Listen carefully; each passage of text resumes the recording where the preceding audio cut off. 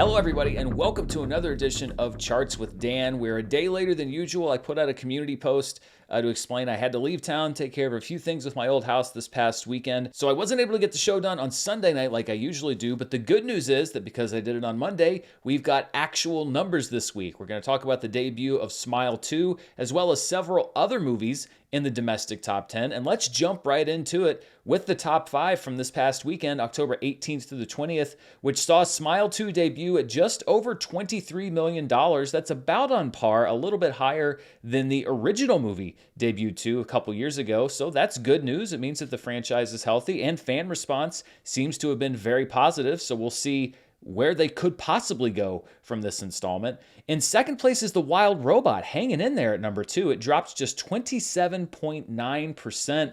There was a theory going around that it really hung in last weekend because teenagers that couldn't get into Terrifier 3 were buying tickets for The Wild Robot. I thought that was a little far-fetched, and the fact that it's still there in second place and has now grossed over $100 million domestically, I think means that people just like the movie, and the word of mouth is very, very positive. In third place is Terrifier 3. It dropped 50.9% in its second weekend. That's a pretty good hold for a horror film, especially an R-rated horror film. It brought in another $9.3 million.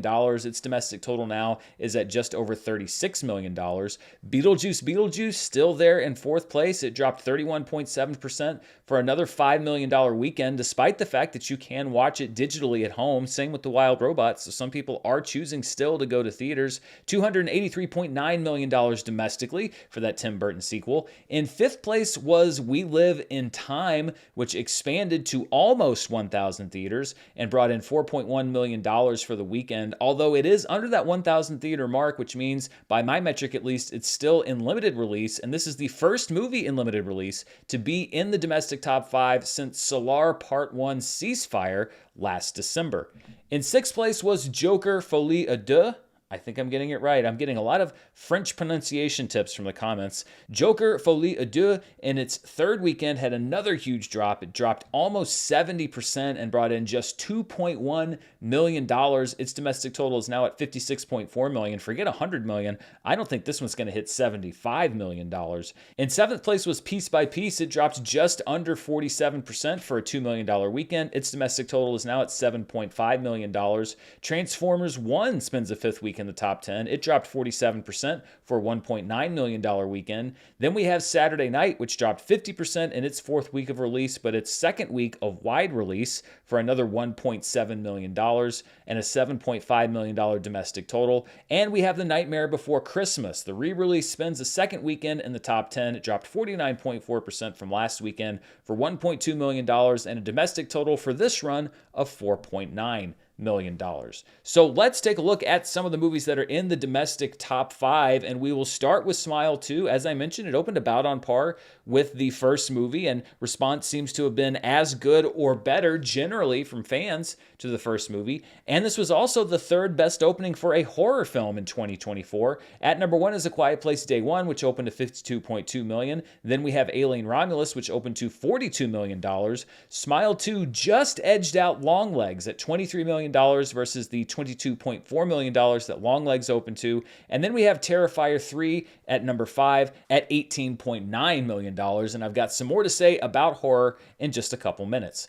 Looking at the highest grossing non-sequel or remake films of 2024, and again, these are movies that are not direct sequels or remakes of previous films. People ask about Fall Guy and Garfield. They are sort of grandfathered in because they are not directly connected to another film.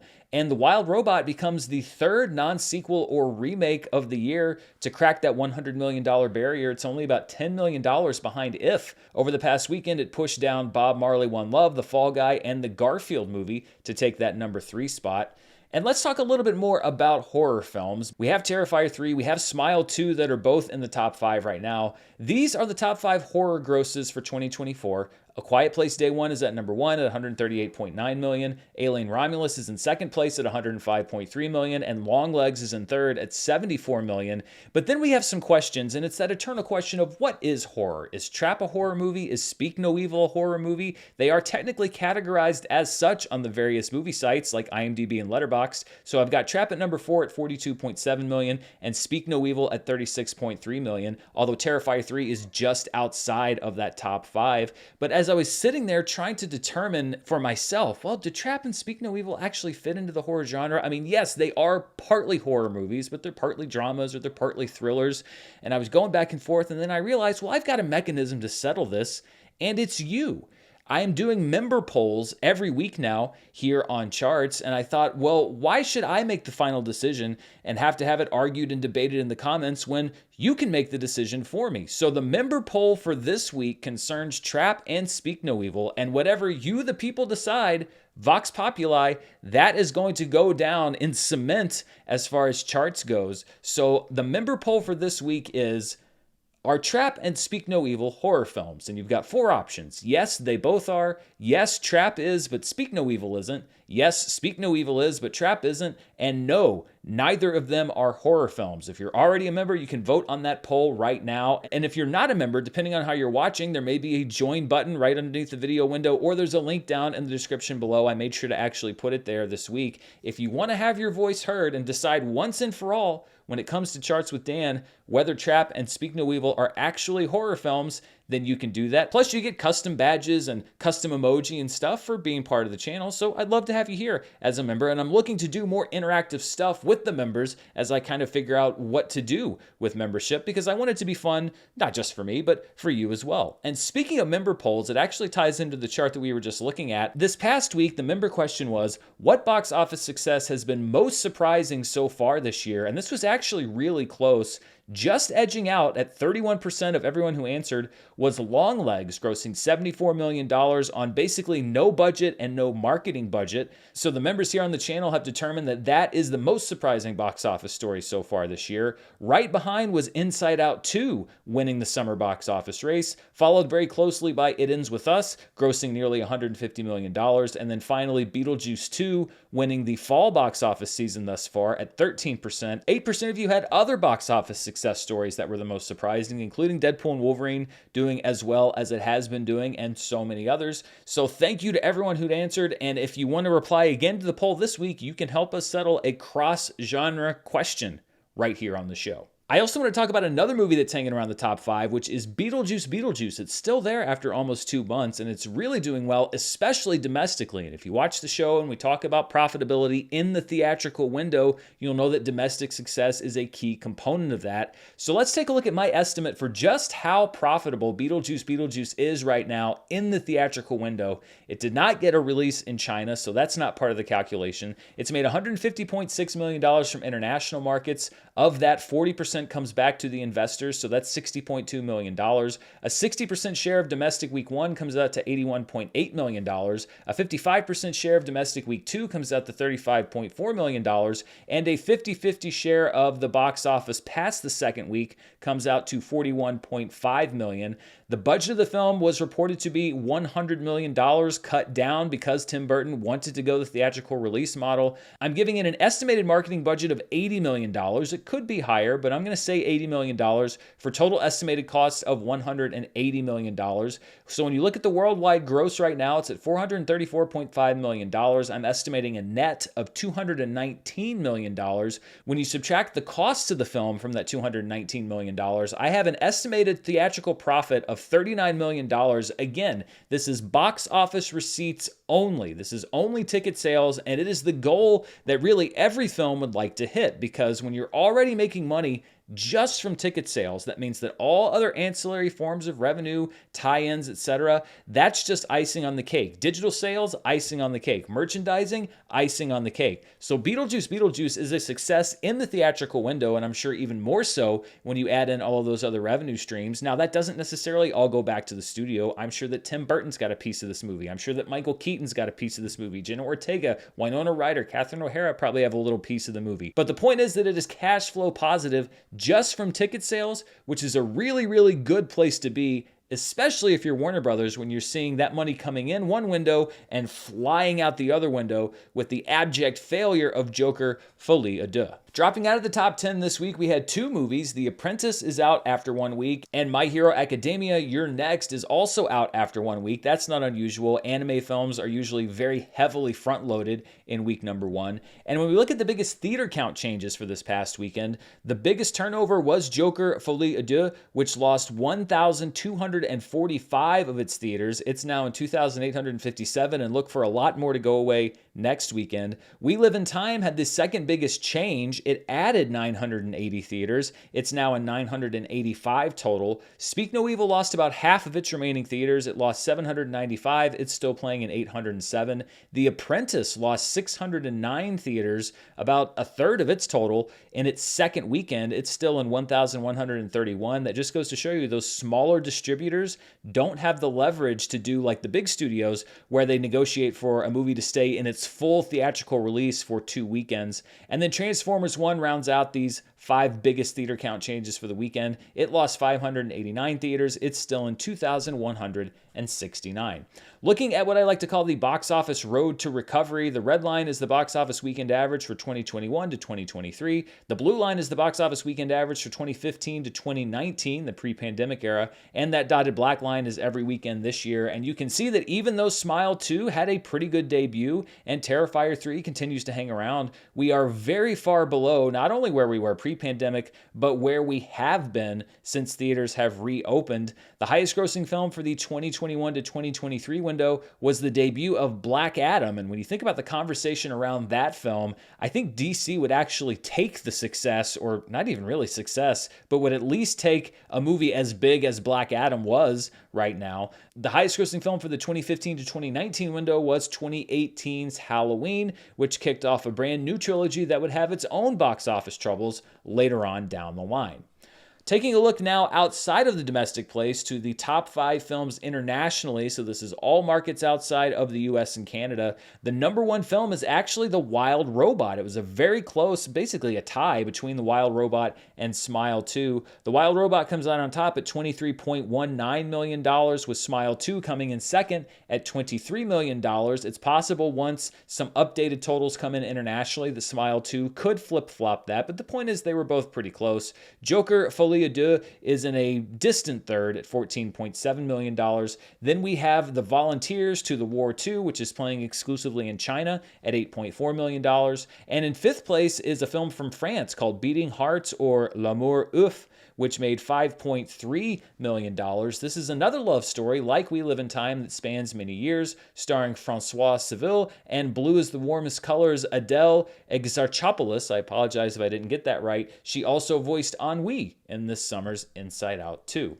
When you combine those international numbers with our domestic numbers, we get the top 5 films worldwide, and the number 1 movie in the world is Smile 2 because of its domestic debut at just over $46 million. I have also, by popular demand, added worldwide totals to the bottom of each of these top 5. The Wild Robot comes in second place, just an 11.3% decrease worldwide from last weekend, another $33.2 million, and its worldwide total is approaching $200 million. Joker Folie à Deux falls a little bit less worldwide than it did domestically. It drops 43.3% in its third weekend with $16.8 million. Its worldwide total is now at $191.9 million.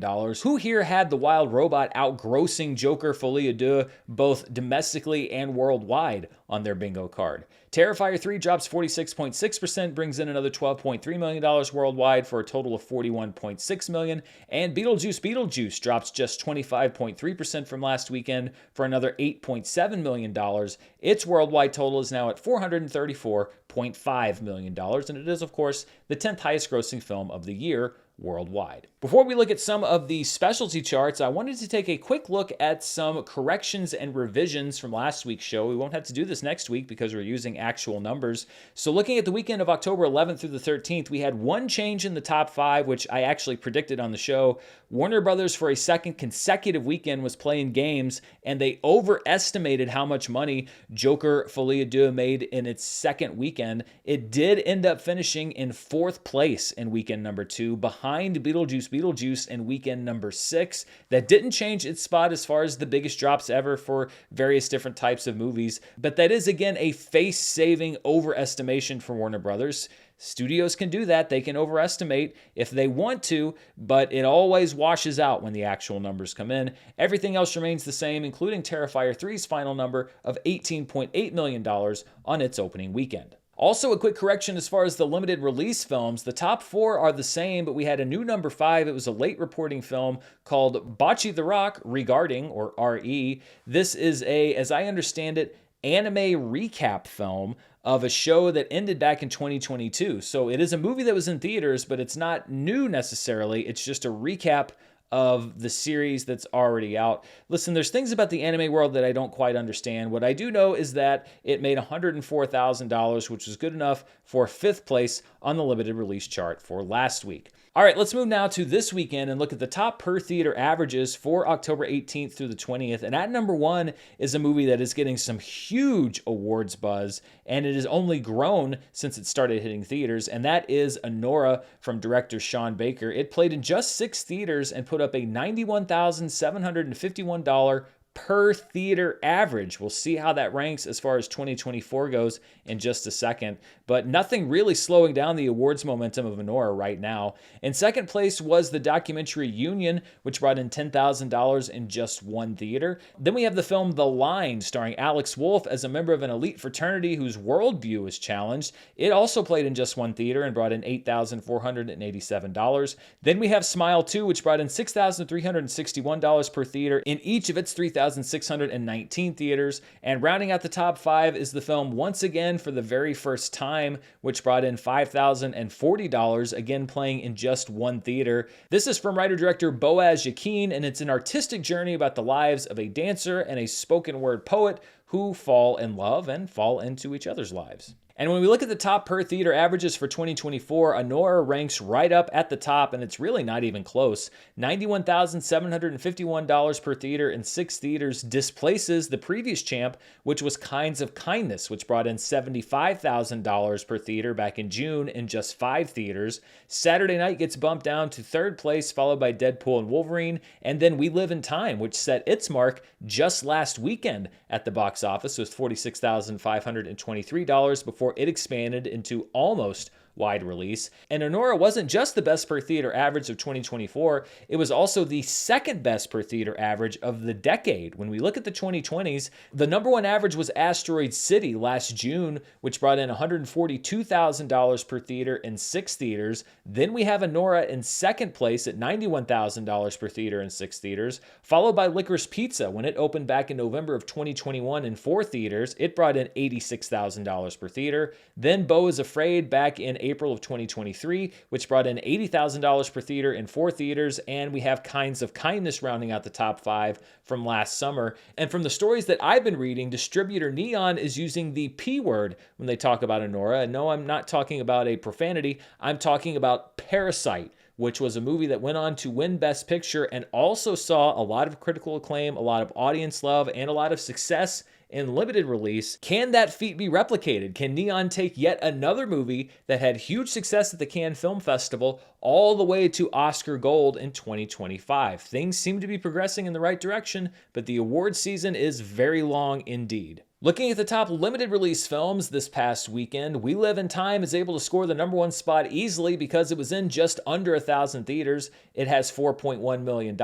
Then we have Anora, which made a total of $550,000 in its 6 theaters. Then we have a presentation of the Met Opera, Grounded, which was in an unknown number of theaters but brought in just over $330,000. At number 4 is the political satire Rumors, which brought in just over $300,000 in 630 theaters. And rounding out the top 5 is Exhibiting Forgiveness, which played in 776 theaters and brought in $276,000. Taking a look at the fall holiday box office chart, this is everything post-Labor Day to the end of the year, and we now have a second movie this fall holiday season that has broken the $100 million mark. That would be The Wild Robot, the second highest grossing film of the season. At number 1, of course, is Beetlejuice Beetlejuice. Transformers 1 for now is at number 3. I think that Joker Folie à Deux is going to take that number 3 spot, but it probably won't stay there for very long. Speak No Evil is at number 5. Terrifier 3 is at number 6. Smile 2 debuted debuts at number 7 on the list with its $23 million opening weekend. The Substance actually stays at number 8. Am I Racist drops 2 spots to number 9, and Never Let Go drops to number 10. Unfortunately for Francis Ford Coppola, Megalopolis is no longer one of the 10 highest grossing films of the fall holiday season. Dang, it would have been such a success if it could just have stayed on that list. We also have a bit of a change on the 2024 annual domestic box office list. Of course, Inside Out 2 remains number 1. Its domestic gross is now final at $652.9 million. Deadpool and Wolverine is just behind it at $636.2 million, although its domestic gross will also be final very shortly. Despicable Me 4 is in third place at $361 million. Beetlejuice Beetlejuice moves up to number 4 on the year, which bumps Dune Part 2 down to number 5 at $282.1 million. Then we have Twisters, which is now final at $267.7 million at number 6, followed by Godzilla Kong the New Empire, Kung Fu Panda 4, Bad Boys Ride or Die, and Kingdom of the Planet of the Apes. We also have no non-sequels on this list, so just goes to show you what audiences are going to see.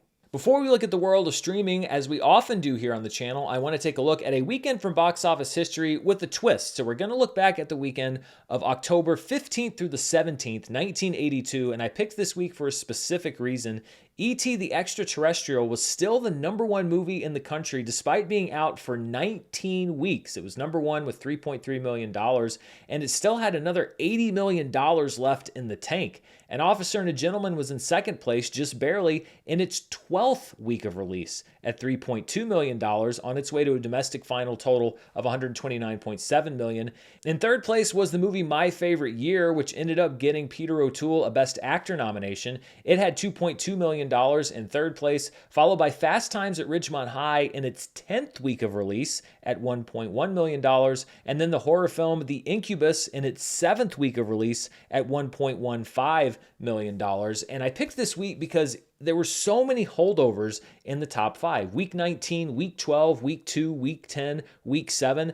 And I thought, well, what would this box office chart look like if we didn't just adjust the weekend totals for inflation? What if we adjusted the schedule? Let's sub in movies from 2024 that were released at the same point. A Week 19 movie in first place, a Week 12 movie in second place, a Week 2 movie in third place, etc., just to get an idea of how much the box office market has changed. So when we adjust this weekend and the schedule for inflation, having E.T. the Extraterrestrial at number 1 that week would be equivalent to Inside Out 2 still being number 1 in its 19th week of release. An Officer and a Gentleman being number 2 in its 12th week of release would be like having Trap at $10.6 million in week number 12. Then, of course, we have the movie in its second weekend in release at number 3, so that would be Terrifier 3 because it was just in week 2.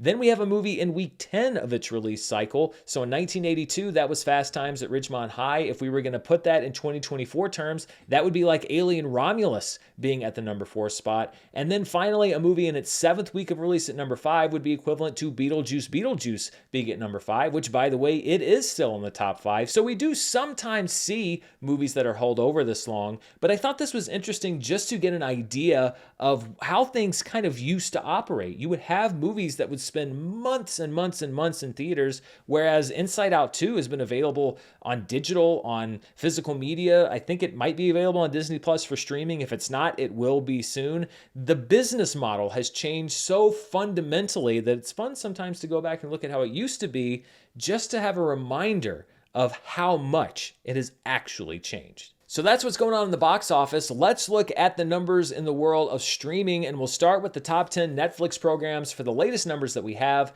which would be October 7th through the 13th. The newest numbers will be released later today. At number 1 is the Menendez Brothers. Now, that's not the series Monsters, the Lyle and Eric Menendez story. This is an original documentary, The Menendez Brothers. That's a Netflix business model. You basically get a hit series, release a documentary about the subject of that hit series, and you can kind of double dip. The Menendez Brothers brought in 22.74 million views, which is good enough for number 1. In second place was the season 4 premiere, the first batch of episodes for Outer Banks, which brought in 15.5 million views. Then we had The Platform 2 at number 3 at 14.5 million views. The original Netflix film Trouble at number 4 at 12.98 million views. The Predator, for some reason, debuting at 12.94 million views in 5th place. It's the beginning of the month, so there's always new movies that pop up. At number 6 is the Netflix original movie Lonely Planet, starring Laura Dern and Liam Hemsworth. It brought in 11 million views. Then we have Bad Boys Ride or Die, Sony cashing in some of that sweet licensing money,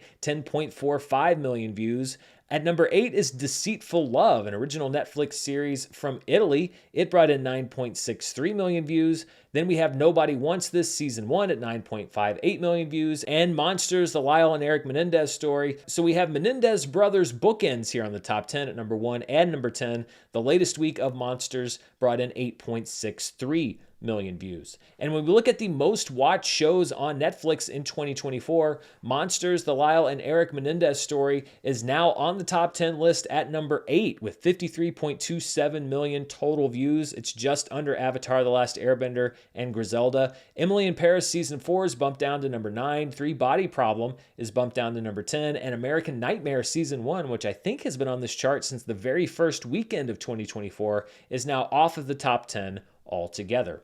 We also have a change as far as the most watched movies on Netflix in 2024. Rebel Ridge has now topped Under Paris to become the third most watched movie of the year at 104.27 million views, and it's really just below The Union to take that number 2 spot. Under Paris, as I mentioned, is at 4, followed by Lift, Society of the Snow, A Family Affair, Beverly Hills Cop, Axel F, Atlas, and Mother of the Bride. And looking at the most watched programs overall, movies or series on Netflix in 2024, Rebel Ridge moves up to number 4, which bumps Under Paris down to number 5. So we now have 5 total programs as far as reported ratings that have eclipsed that 100 million view mark. That would be Damsel, Bridgerton Season 3, The Union, Rebel Ridge, and Under Paris. Let's look now at the latest numbers from Nielsen. These are a little bit different from the Netflix numbers. They are domestic viewing only. They are also delayed by about a month because that's just how long it takes for Nielsen to get the data together. So these are the numbers from September 16th through the 22nd, 2024. At number 1 is Rebel Ridge. It stays at number 1 as the most watched movie on streaming at 10.1 million hours watched, followed closely by Uglies on Netflix, also at 10.1 million hours watched. The Garfield movie debuts at number 3, followed by His Three Daughters, a Netflix original movie, at number 4, and Officer Black Belt, another Netflix original movie, at number 5. So Netflix dominating the top 5 as far as the most watched streaming movies here in the US. Civil War is at number 6 with just over 3 million hours watched. Then we have the Super Mario Brothers movie on Netflix, which has been there off and on all year at 2.9 million hours watched. American Gangster debuts on the list at 2.7 million hours watched, followed by Edge of Tomorrow at number 9, and Moana, which is there with the Super Mario Brothers movie. Those two movies have been on just about every chart this year at 2.5 million hours watched. And looking at the most watched streaming movies in the US through September 22nd, Rebel Ridge moves up to number 7 ahead of Inside Out, Roadhouse, and Hitman, and it is approaching The Union and Beverly Hills Cop Axel F, making a play for that top 5. So Rebel Ridge, an absolute success for Netflix, not just internationally, but also domestically.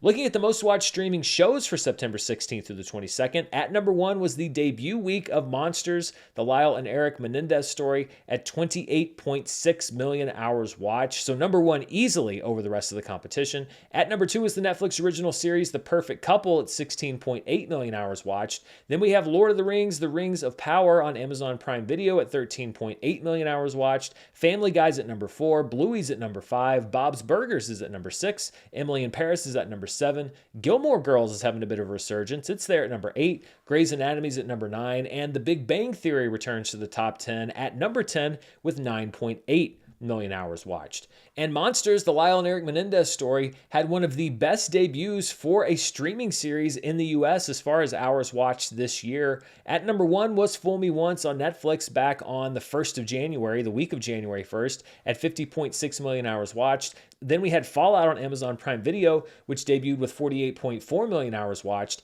Avatar: The Last Airbender debuted at 42.6 million hours watched. The Perfect Couple, which I think we just put on this chart last week or the week before, is at number 4 with 31.8 million hours watched. And then we have Monsters at number 5 at 28.6 million hours watched. So a very successful launch for Netflix. And they also own 4 of the top 5 streaming series debuts of the year so far. Let's take a look at the top 20 streaming shows when you rank them by watch time per available episode. So basically take their total watch time and divide it by the number of episodes that people are able to watch for that specific series. At number 1 is Into the Fire, The Lost Daughter, which had only 2 episodes and brought in 3.99 million hours watched per episode. Then we have Agatha All Along. This is the first week of data I believe we have for Agatha All Along here on the Nielsen ratings. It brought in 3.55 million hours watched per episode for its first 2 episodes, so that's a pretty good debut for that series. Monsters, Lyle and Eric Menendez comes in 3rd place at 3.18 million hours watched per episode. And then The Perfect Couple brings in 2.81 million hours watched per episode for each of its 6 episodes. So there's kind of an upper tier here of those 4 shows. Then we have Lord of the Rings, The Rings of Power, which brought in just under 1 million hours watched per episode for each of its 14 available episodes at that time. Then we have The Secret Lives of Mormon Wives at number 6, Tulsa King returning at number 7, Emily in Paris at number 8, Cocomelon back on the chart at number 9, and Only Murders in the Building rounding out the top 10 at 243,000 hours watched per episode for each of its 34 available episodes. And that wraps up the show for this week. Let's take a look at a few of the things that you can watch on streaming and in theaters this upcoming week. On Thursday is the debut of a new Tyler Perry series on Netflix. It's called Beauty in Black. I guess he had 20 free minutes one day, so he decided to write a Netflix original series. I watched the trailer for this show, and I honestly still cannot tell you what it's about, but it looks like there's going to be a lot of drama. This is part 1 of the first season of Beauty in Black.